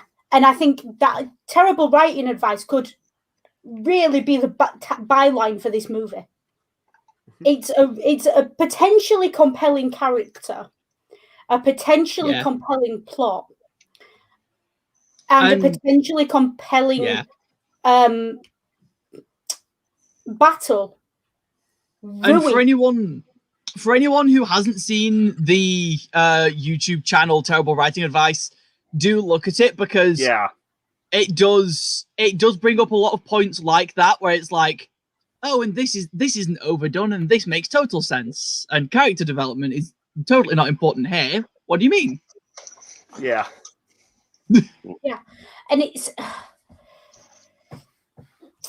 this film suffers from what I kind of call Indiana Jones syndrome. And it suffers from it as a result of the MacGuffin of it. As a result of the time stone and the ability to turn back time, the entire movie is irrelevant to any wider plot. Now, if there had been some sort of MacGuffin, like a book that allowed you to learn it allowed in theory anybody to learn how to use time magic, but time magic itself was inherently dangerous, that would have functioned really well. Yeah. Oh, okay, yeah, that's the thing. They tell us time magic is dangerous. They don't really show it. Exactly.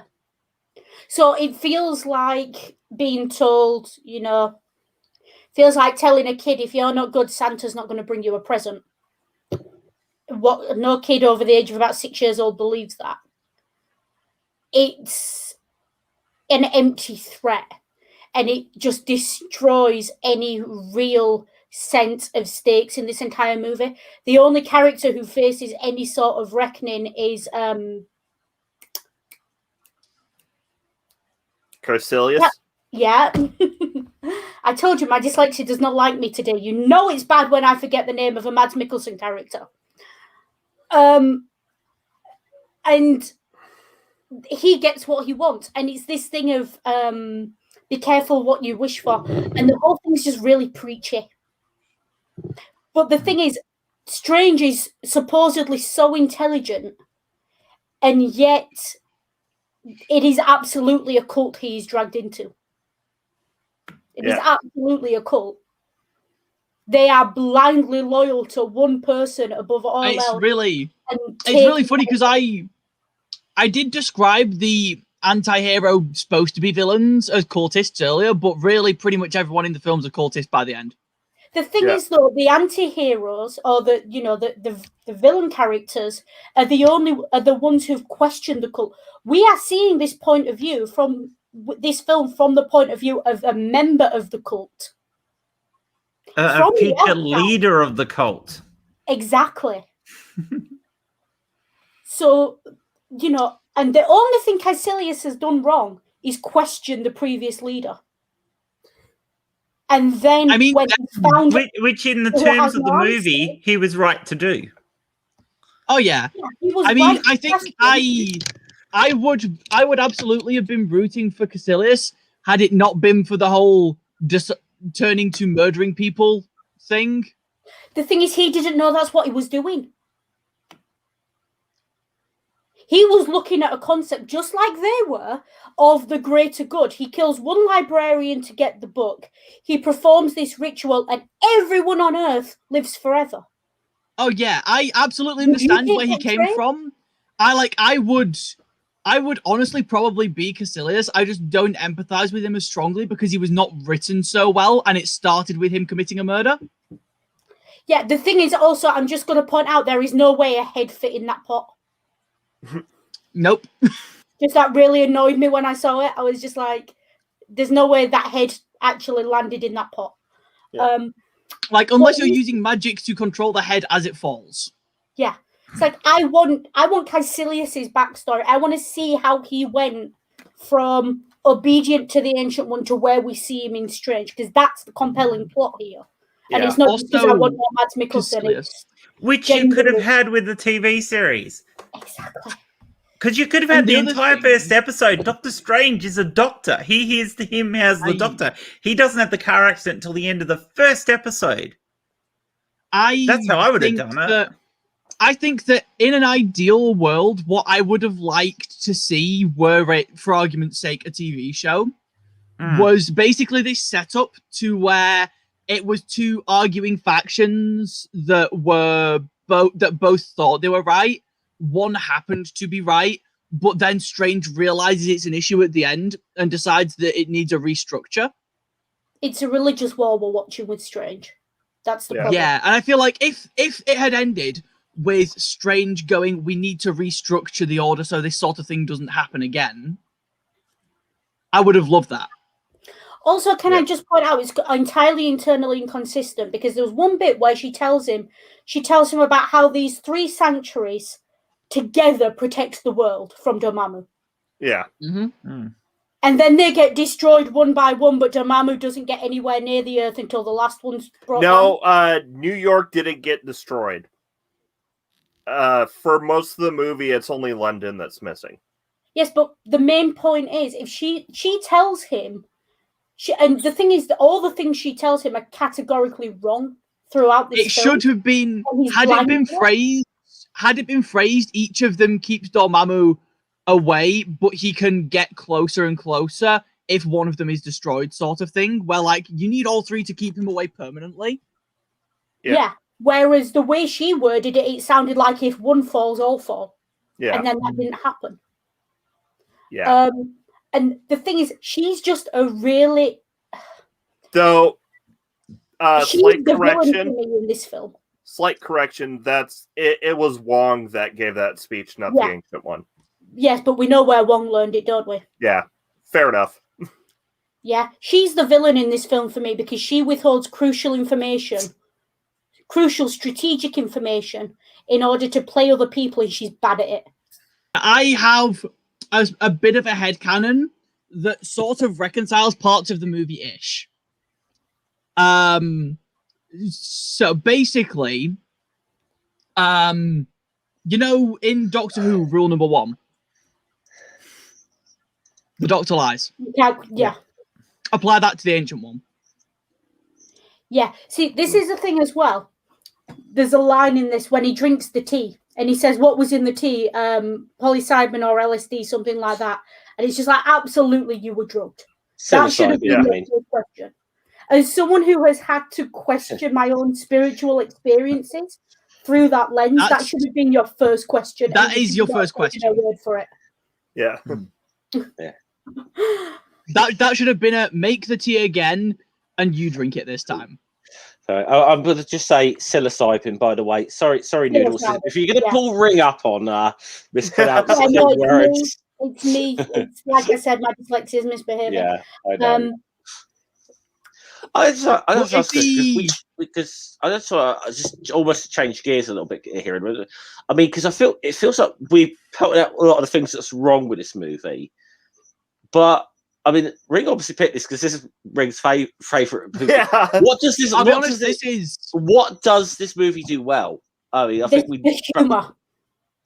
The humor. The humor and the visual effects. For me, part of the reason I enjoy this film so much when watching it is my ability to shut my brain off to plot holes. Yeah. You I mean, have to do that for the which is- entire Marvel universe. Yeah, which is you kind of. I mean, like I said, for the most part, Marvel MCU films are popcorn.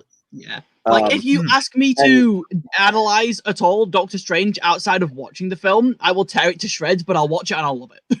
Yeah. Yeah. I mean, to be fair, there's lots of movies like that. I mean, I mean, obviously, like the little bits of humor. Like, I mean, there's the quite classic line where he gives him that thing with a bit of paper says Shambhala on there. So what's and he said, "What's this?" He said, "No, it's the Wi-Fi password. Wi-Fi password. We're not savages here, Mr. Doctor, the whole Mr. Doctor thing is just hilarious. Yeah, it's fantastic. The astral fight in the surgery room. Yeah. The cape and part puppy changed my mind. I mean, I've got to say that. I mean, obviously, the whole sort of scene that leads up to the death of the Ancient One, that whole scene where they're running through. I just feel that's a bit of a homage to Inception. That whole scene. The whole movie's an homage to Inception. And Stan Lee reading a Stephen Hawking book on the bus. Mm-hmm. Yeah. And it's got some great comedic moments. I do love that. Oh, it's not for me to judge. Yeah, that was fun. The thing is, I know I'm coming across as a Mads Mikkelsen fangirl, but you kind of can't not, because he does steal this movie. He does. Every time he opens his mouth, he steals whatever scene he's in. I feel like I feel like specifically him as a character, and then every interaction that other characters have with Benedict Cumberbatch's character. Like, while Doctor Strange might not have been funny, the things that happened around him were. Yeah. Yeah. So basically, an absurd situation. Yeah, basically, Doctor Strange is the straight man to everyone. Yeah. Yeah. I mean, another thing I'll say that's really good about Doctor Strange, and is why it's my favorite MCU movie in particular, is it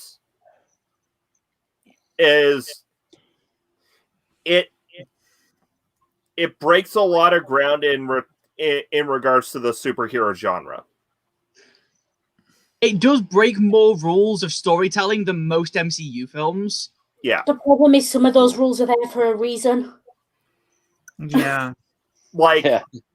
In that, like, for instance, where, you set up for a big, confrontation, but they've already lost, and then you have that great time reversal scene, and then the peace, the more peaceful solution rather than a knockout drag out fight.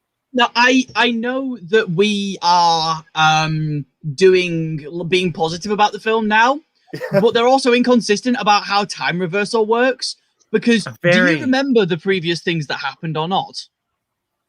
Yeah. Because if so, the whole of Hong Kong should now be traumatized. Well, I think so. I think you only it seems like you only notice the time shenanigans if you're removed from the spell. Because remember, everyone was robotically going backwards unless Strange removed them from the effects of the spell, or they removed themselves from the effects of the spell.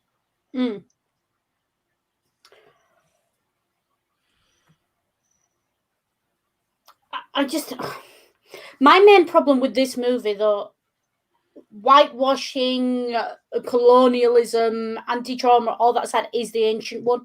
It's not I because think of and that bit, but just because the character is fundamentally unreliable and has built a cult around that unreliability and played it as a truth, which Strange never deals with. Which isn't exactly how it comes across in the comic books either. I'm going to say something here, and I know. I'm mildly concerned that this might come across as this might be a niche comment to make, but I hope it isn't. It's like if you ever bump into a room full of occultists, the philosophical circle jerks and the holier than thous you'll experience. Yeah.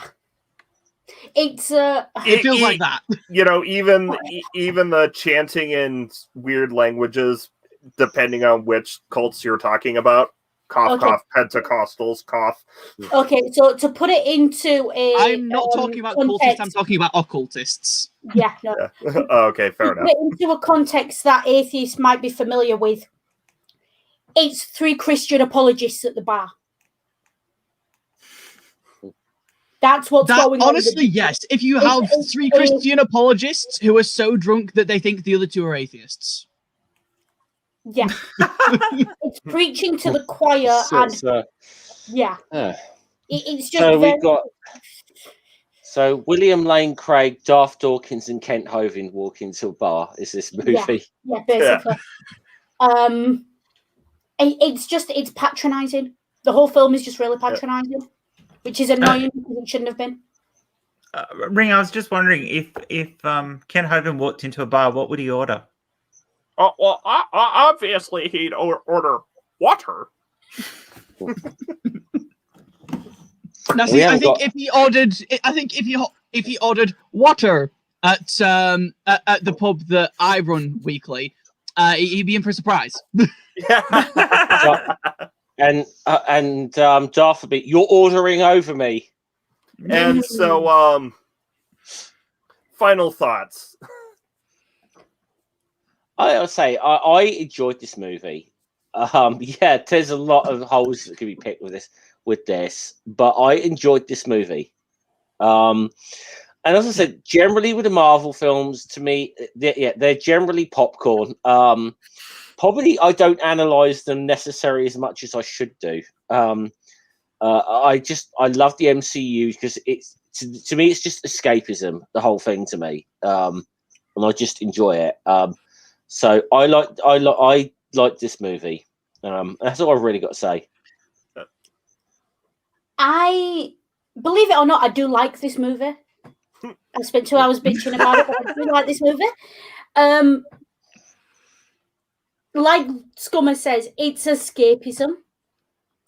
The problem is it's escapism for a very specific set of demographics that I'm not in, which is why I noticed the issues with it.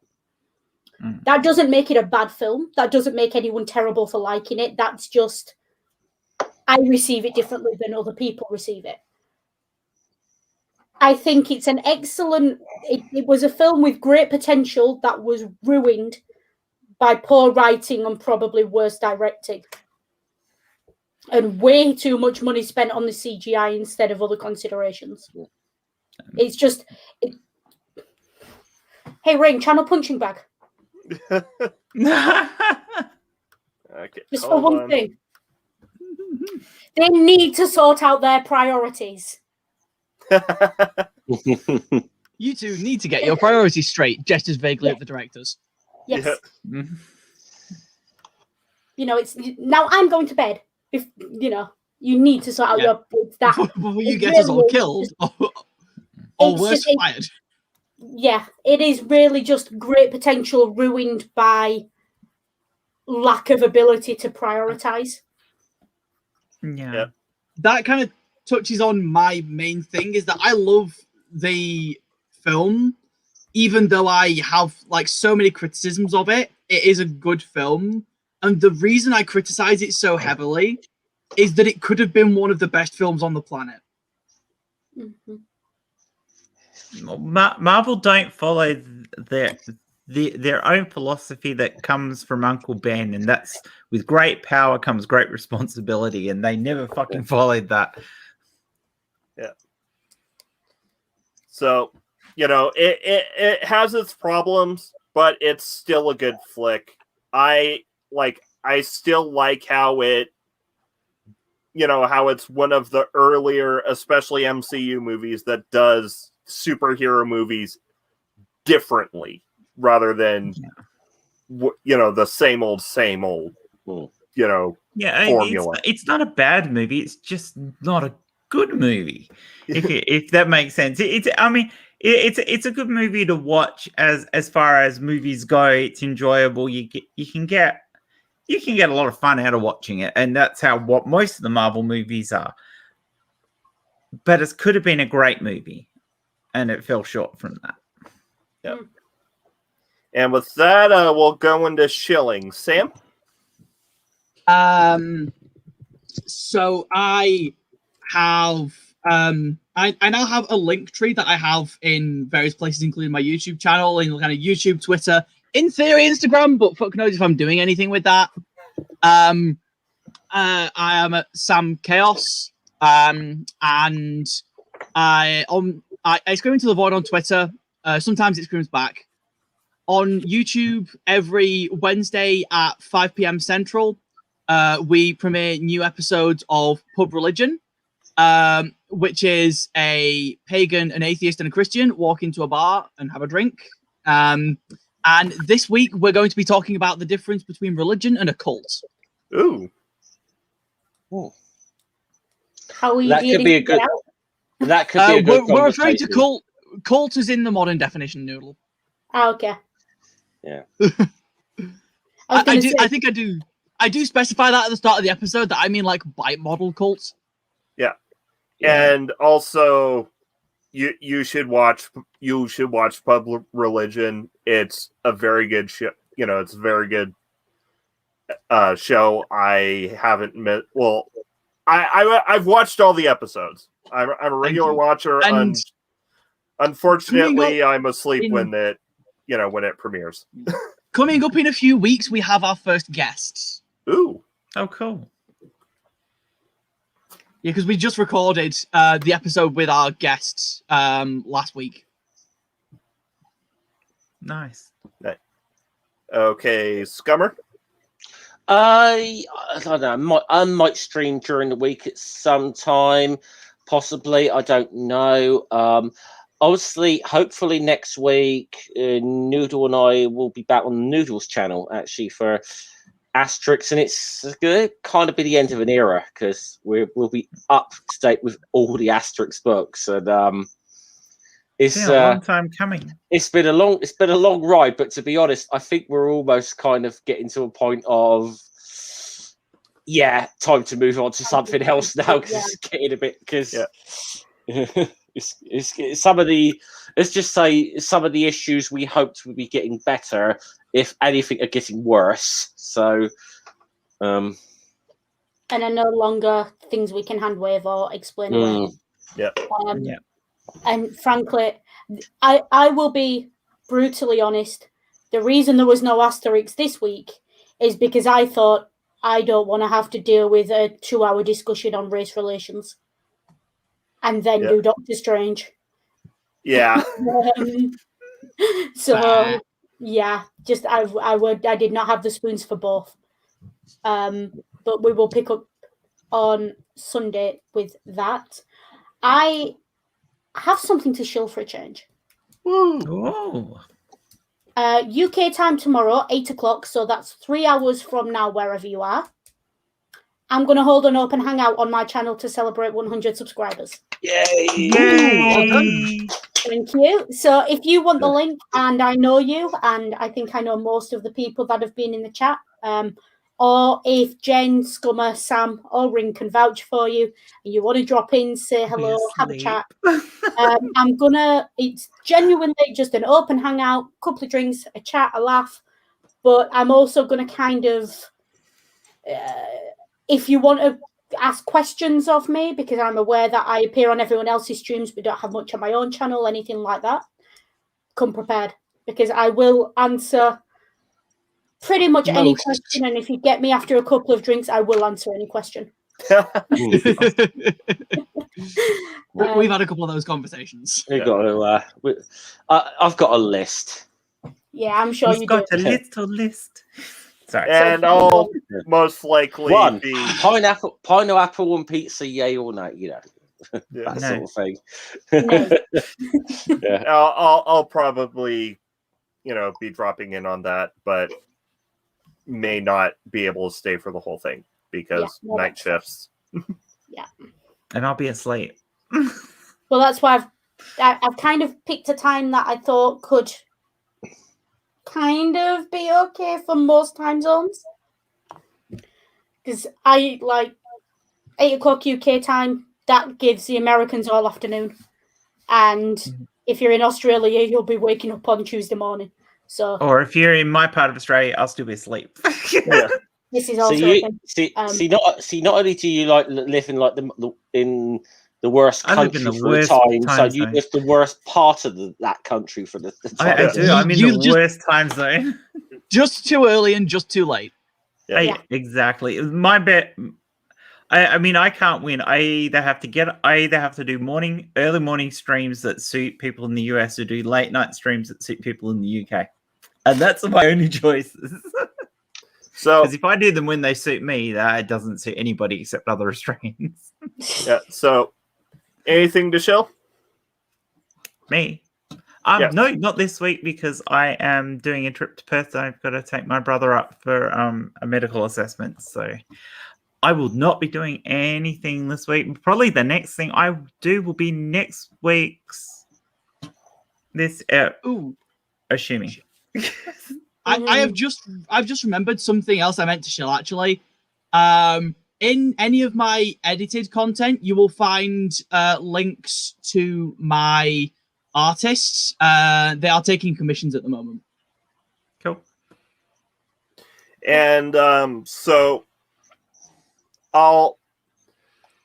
no promises, but because I had to miss this week's secular D&D for technical issues, I'll try to do secular D&D this coming Saturday, and I'll likely do Media Musings next week, where we are talking about a movie, or we're discussing a movie about a found family of criminals starring Vin Diesel. No, it's not the one with the cars. Yeah. Damn. Hands up. This is my pick. Yeah. This was my pick. That being said, there is a huge, massive Obelix-sized asterisk next to that, in that this Wednesday I'm getting Dose 2. Yeah. So if I need to rest, I'm gonna rest. That's fair. Fair enough. And with that, I think we'll move to taglines. Sam? Have a day, and remember, communication is key. Scummer? I don't do taglines, but wear a mask and don't be a dickhead. I think that's everyone's tagline at the moment. Yeah, I'm just going to steal everyone else's. Yeah. Noodle? I'm going to put what Scummer said a little bit more politely and say, take care, be good. And if you can't be good, remember, use your noodle. And actually, because since Media Musings has a new tagline, Jen?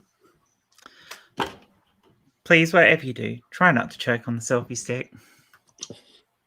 And remember, the purpose of a storyteller is not to tell you how to think, but to give you questions to think on. Too often, we forget that.